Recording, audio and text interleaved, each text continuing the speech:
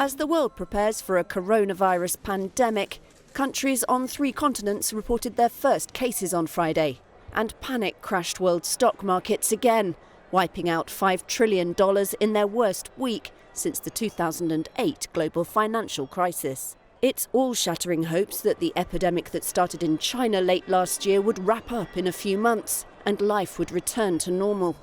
This closed garment factory in Myanmar a sign of how many ordinary people could be hit by closures and quarantines.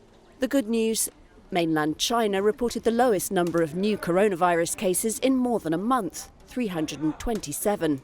But the outbreak that is easing in China is surging elsewhere.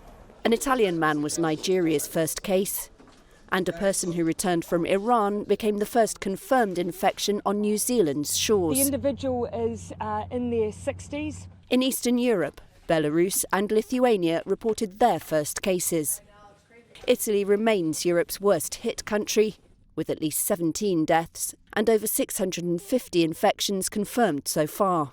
The World Health Organization, until now resisting calling it a pandemic, says the crisis has, quote, pandemic potential, but that this is a time for action, not fear.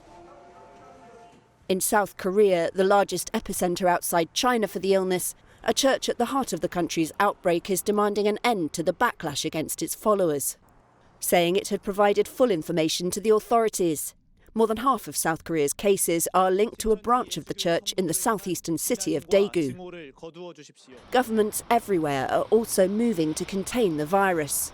Japan's Shinzo Abe shocked parents by closing all schools from Monday until the new academic year starts in early April. Tokyo Disneyland is to close for a couple of weeks to try to prevent the spread of the virus as gatherings and big events everywhere come under scrutiny. Geneva's car show was one high-profile cancellation Friday. A Chinese official said some recovered patients had been found to be still infectious, suggesting the epidemic could be even harder to eradicate.